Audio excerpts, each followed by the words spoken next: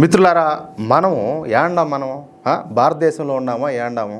మన దేశంలో మనం హనుమాన్ చాలీసా చదవడం తప్ప ఉత్తరప్రదేశ్లో ఒక దారుణమైన సంఘటన ఒకటి జరిగింది. ఆ విశ్వనాథుడు కొలువై ఉన్నటువంటి కాశీలో ఒక దారుణం జరిగింది. ఒక పూజారి కాశీలో ఉన్నటువంటి మదన్పూర్లో గల ఒక ఆలయంలో హనుమాన్ చాలీసా పెట్టున్నాడనమాట.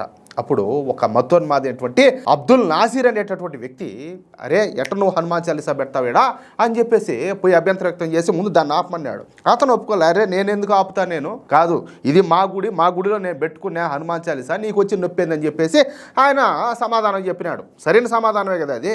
అందుకు ఈ మతోన్మాది ఏం చేసినాడు, నువ్వు ఎట్లా ఆపో నేను చూస్తానని చెప్పేసి పోయి ఒక 20 మందిని ఎంటేసుకొచ్చాడు. ఏది ఆ పూజారి మీద దాడి చేసేదానికి. అరే నాయన, ఇంతకు మనం పాకిస్తాన్లో ఉన్నామా, బంగ్లాదేశ్లో ఉన్నామా, లేకపోతే ఏదైనా అరబ్ కంట్రీస్లో ఉన్నామా, ఎందుకో మనం ఏడున్నాము అంటలే, ఏడున్నాం మనం? లేకపోతే అసలు మనకు బతికే హక్కు లేదా ప్రపంచంలో హిందువులు అనే వాళ్ళకు?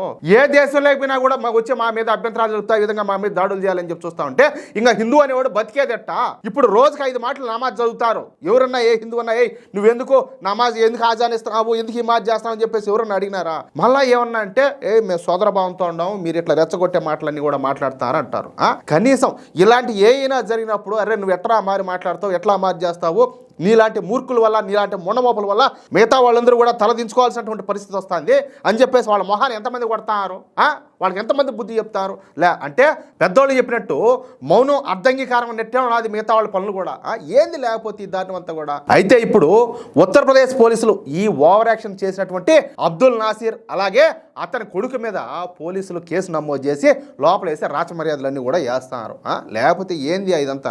ఏడా మనం భారతదేశంలో ఉన్నావా, బంగ్లాదేశ్లో ఉన్నావా, ఏడా మనమా? లేకపోతే మన దేశంలో ఉండి మన గుళ్ళో మనం హనుమాన్ చాలీసా పెట్టుకోకూడదంటే అసలు రేపు మన ఇంట్లో మన పూజ అయినా చేసుకొని సారా, గంటైనా కొట్టించారా, బతకనిచ్చారా అంటాలే.